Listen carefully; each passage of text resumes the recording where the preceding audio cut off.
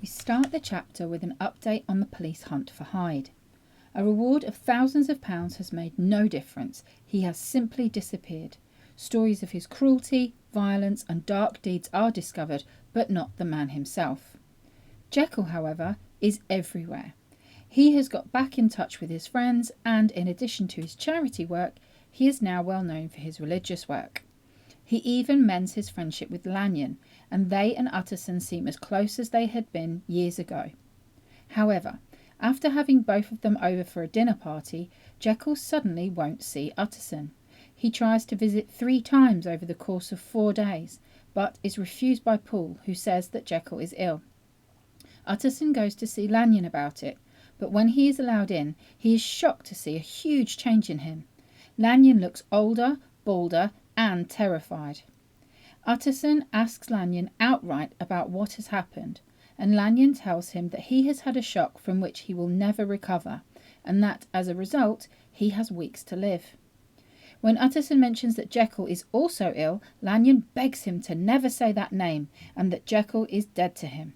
He won't explain why, and when Utterson points out that he can't even see Jekyll to ask him, Lanyon says that he might find out after Lanyon has died, but he will not talk about it.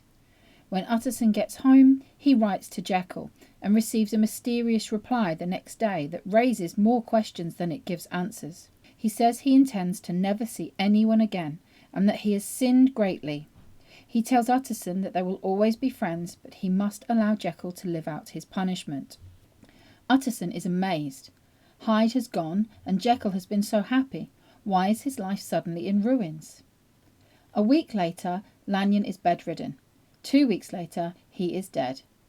On the night of the funeral, Utterson receives an envelope that states it is from Lanyon and that it must only be opened by Utterson or it must be destroyed.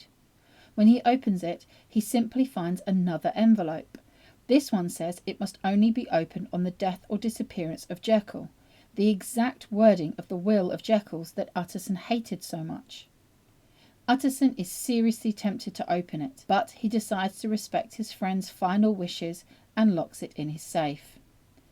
He goes to see Jekyll, but finds he is actually relieved when he isn't allowed in again. Poole tells him that Jekyll is spending more and more time in his cabinet, even sleeping there. Over time, Utterson tries to visit less and less often.